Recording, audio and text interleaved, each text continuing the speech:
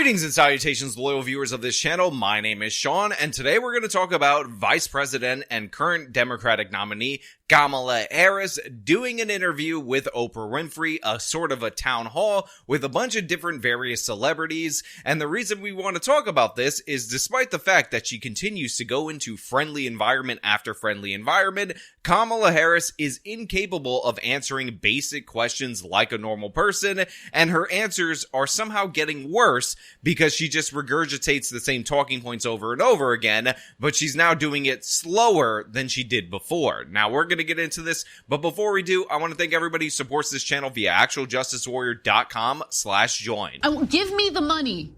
Give me the money.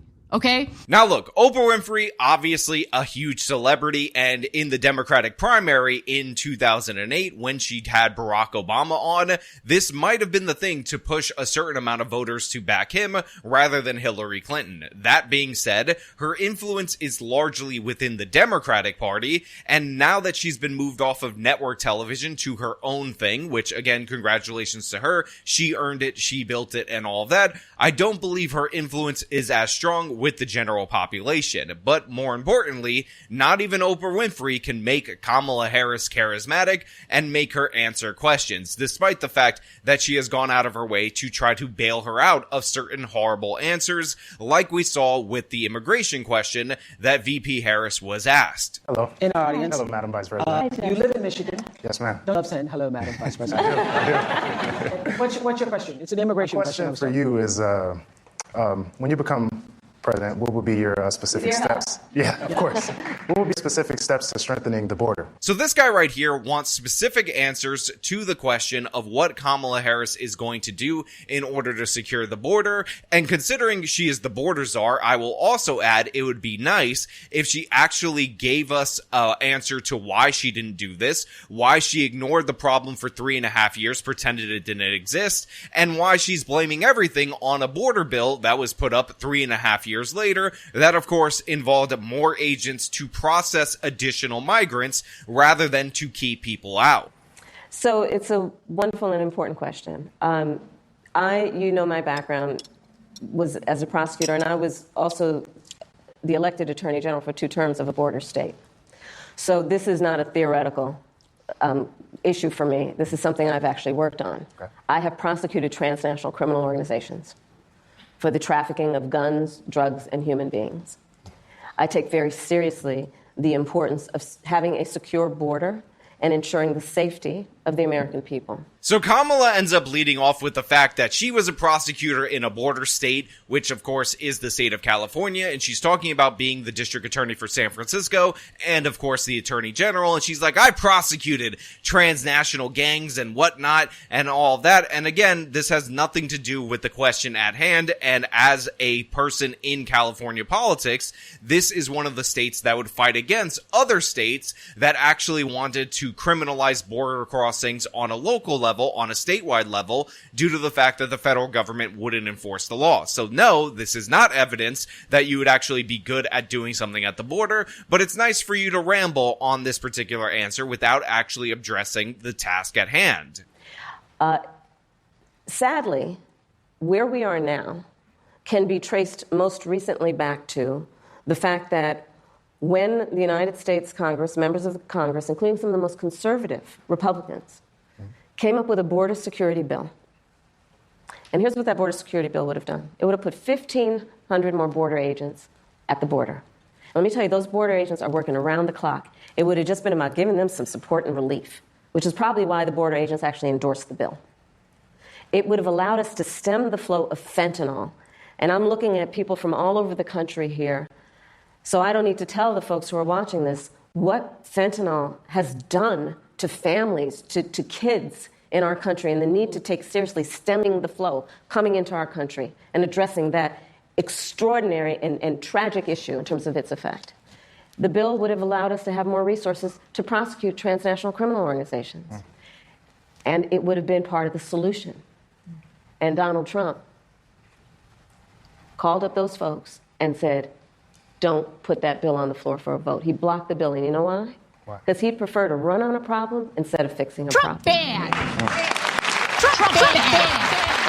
And he has So again, we get the talking point about Trump killing this particular border bill and how that is all evil orange man's fault because he'd rather run on a problem than fix a problem. But the fact of the matter is they could have done something about the border in the 3.5 years that led up to this. They denied that it was a problem until it impacted them politically. And again, there were certain poison pills in this particular bill that would admit a bunch more people, gave in power to the president to maybe declare an emergency about border crossings when he probably wouldn't do so. And on top of that, Joe Biden post this ended up taking executive action, which the president can do around issues like the border. So he didn't need a bill for 3.5 years to actually attempt to address the issue, yet they just ignored it. And the reason why they ignored it is that it was a campaign promise to let these people surge to the border. I would, in fact, make sure that we immediately surge to the border. All those people are seeking asylum.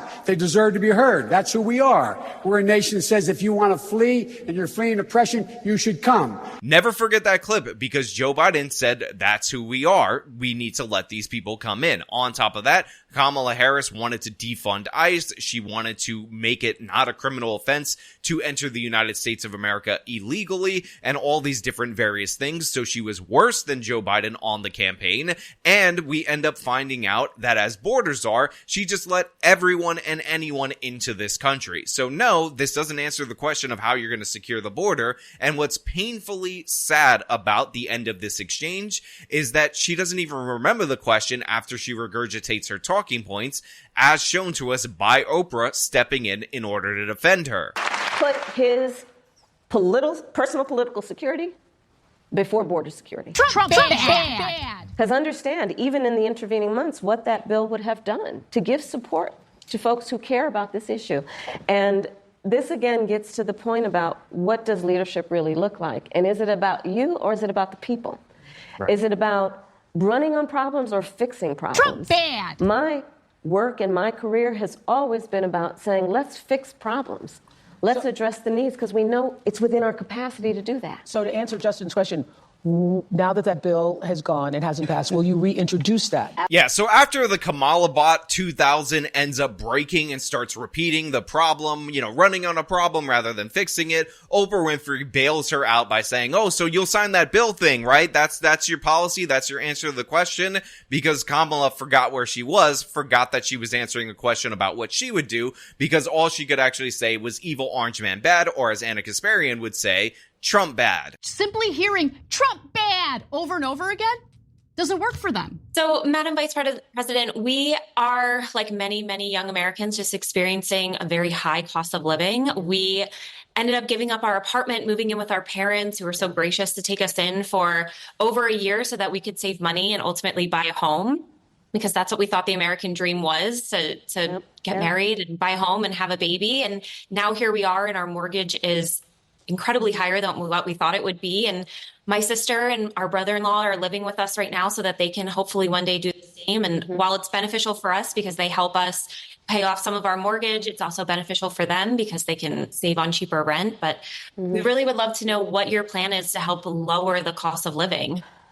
Yeah, first of all, thank you both for being here. And yours is a story I hear around the country as I travel. And in terms of both rightly having the right to have aspirations and dreams and ambitions for your family and working hard and finding that the American dream is, for this generation and so many recently, far more elusive than it's been.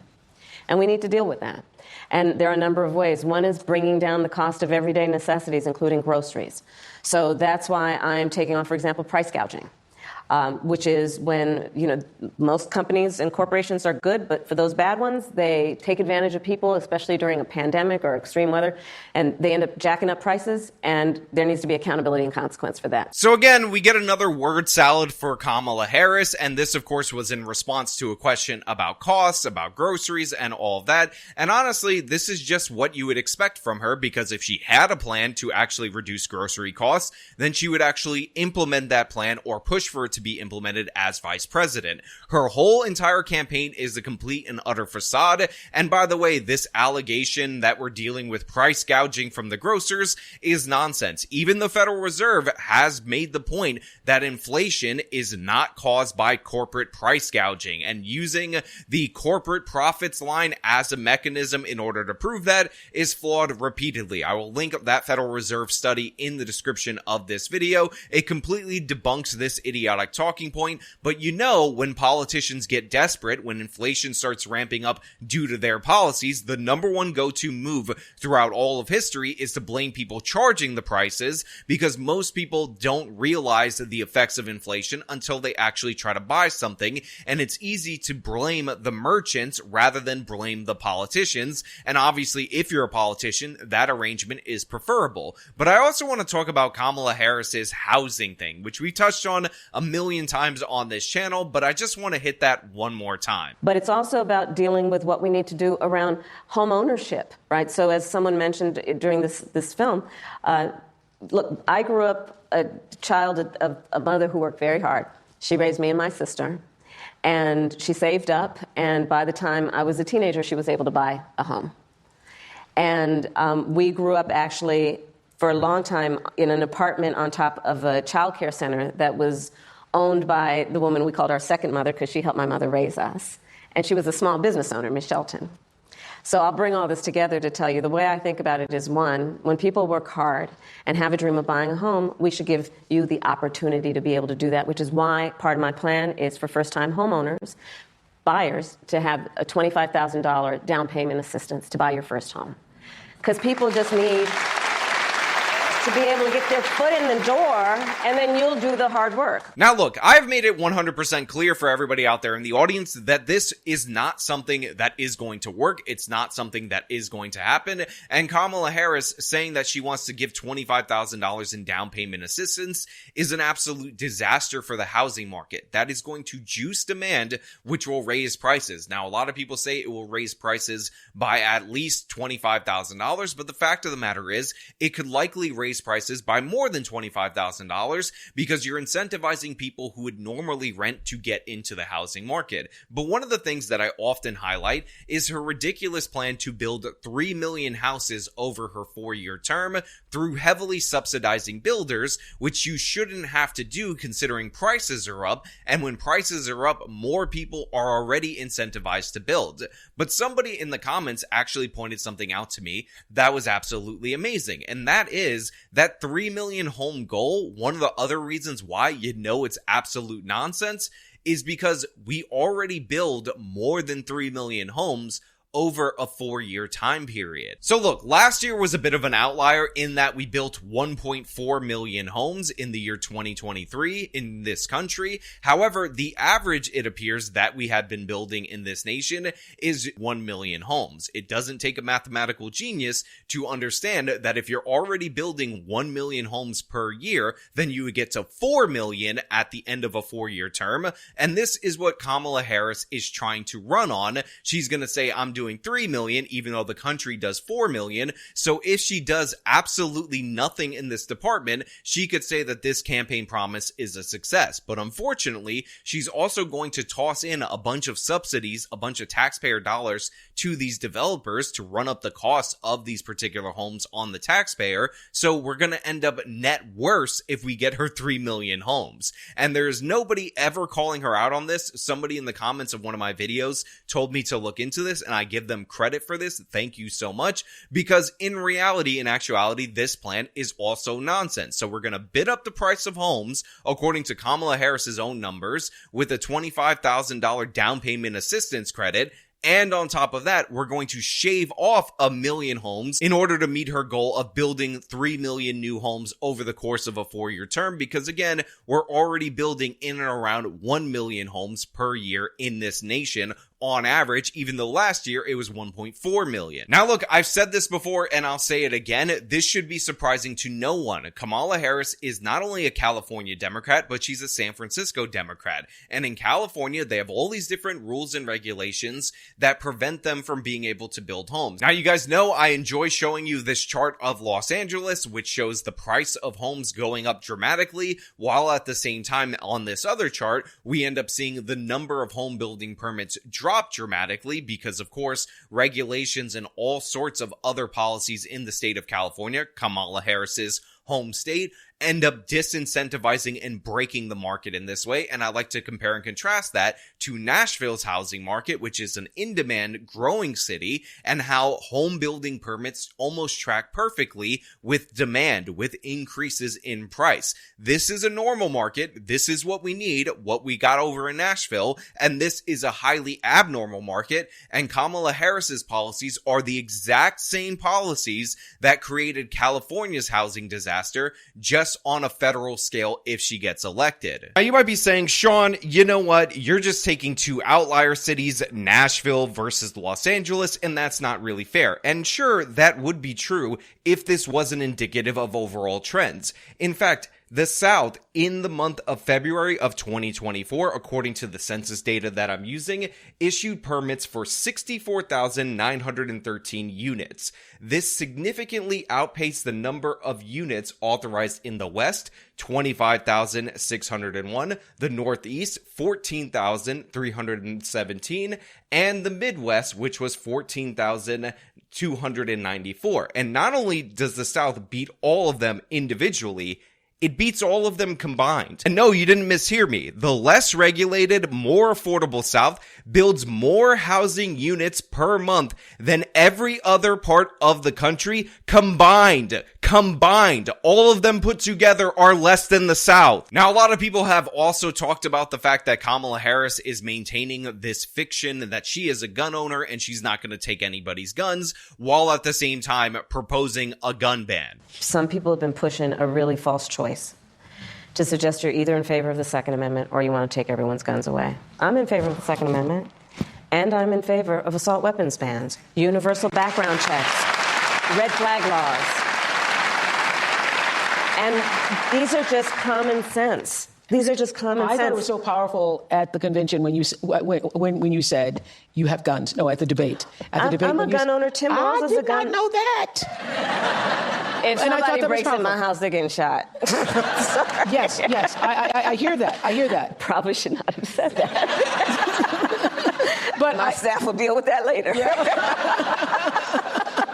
But you have been a gun owner for a while. Yes, I have. What's even more funny in this particular setting is that she said, oh, if you break into her house, she's going to shoot you. Kamala's a badass, and she's going to blow you away if you break into her home. Kamala Harris has Secret Service protection. She's not going to shoot anyone. I doubt that she's a gun owner. She is in favor of gun bans, and she's in favor of them because she gets protection. She might even get to own a gun post her gun ban, but you, the citizens, have to fend for yourself. And by the way, in a perfectly obvious self-defense scenario, aka the Kyle Rittenhouse case, when he was found not guilty because the overwhelming video evidence had the shootings from start to finish and proved out beyond any shadow of a doubt that he defended himself, Kamala Harris called this verdict an egregious problem in our nation and still argues that this person is guilty. So if you defend yourself on video, it's caught on multiple angles, it's completely unambiguous. Kamala Harris wants you to be put in jail. In fact, she wants you to be put in jail if you have a so-called assault weapon, because that's what an assault weapons ban is.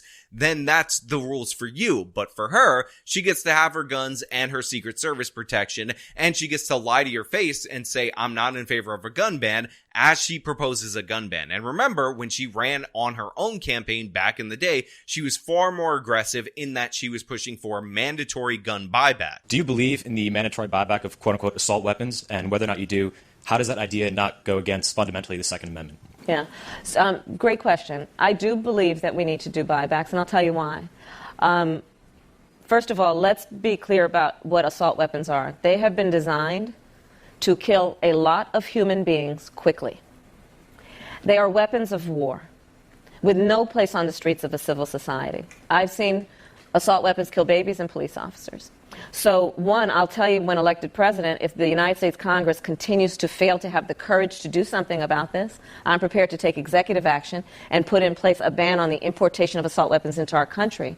But we still have to deal with the over 2 million assault weapons that are currently in the streets of America. Behaviors among everybody in the community, and just because you legally possess a gun in the sanctity of your locked home doesn't mean that we're not going to walk into that home and check to see if you're being responsible and safe in the way you conduct your affairs. Have you heard from... But of course, since we're dealing with the anointing of Kamala Harris without a single primary vote as the Democratic nominee and hopefully the next president in these people's minds, there's no follow-up question. There is no asking her about her record. There's no scrutiny because Kamala Harris is beyond scrutiny, and everyone knows that if you asked her a question, she would crumble immediately. Even in these softball interviews, she embarrasses herself time and time again. It gives us insane word salads like this one. We love our country. I love our country. I know we all do. That's why everybody's here right now. We love our country. We take pride in the privilege of being American. And this is a moment where we can and must come together as Americans, understanding we have so much more in common than what separates us. Let's come together with the character that we are so proud of about who we are, which is we are an optimistic people. We are an optimistic people. Americans, by character, are people who have dreams and ambitions and aspirations. We believe in what is possible. We believe in what can be. And we believe in fighting for that. That's how we came into being. Because the people before us understood that one of the greatest expressions for the love of our country, one of the greatest expressions of patriotism, is to fight for the ideals of who we are. And it's just embarrassing, and repeatedly so. And again, this is all based on the facade that she is this candidate of joy and all of that, when in reality, in actuality, Kamala Harris hates the American people. She hates ordinary folks. Remember, she ran a very nasty campaign as a Democratic candidate that castigated the American population as evil, white, and racist. And no matter how many times she says today that she's all about what brings us together rather than what separates us, she, on the debate stage, was painting Joe Biden, the guy that she currently serves under, as an evil white racist, and you should never forget it. That's who she's going to be when she comes into office. It doesn't matter that she's trying to do the Obama thing, where she never talks about race, yet all of her surrogates attack you as evil white racist and sexist if you decide to come out against her. So yeah, this Oprah Winfrey interview, not very good, embarrassing, just celebrity worship of Kamala Harris, but it's what we can expect from the Democratic Party. Always lean into the elites, the celebrities, and all of that. Get all of those endorsements while you shaft people on the other side. And by the way, we know that ordinary people and even union members are starting to turn on Harris, and one of the perfect examples of that is the Teamsters in their own vote, saying that they prefer Trump at a 60 to under 40 clip for Harris, and it's absolutely embarrassing. But you know what? Those are just my thoughts. I want to know what you guys think down in the comments below. If you liked the video, show them by leaving a like, subscribe for more content, follow me on the social medias, support me via the support links in the description of this video. This has been me talking about Kamala Harris embarrassing herself on Oprah. Till next time.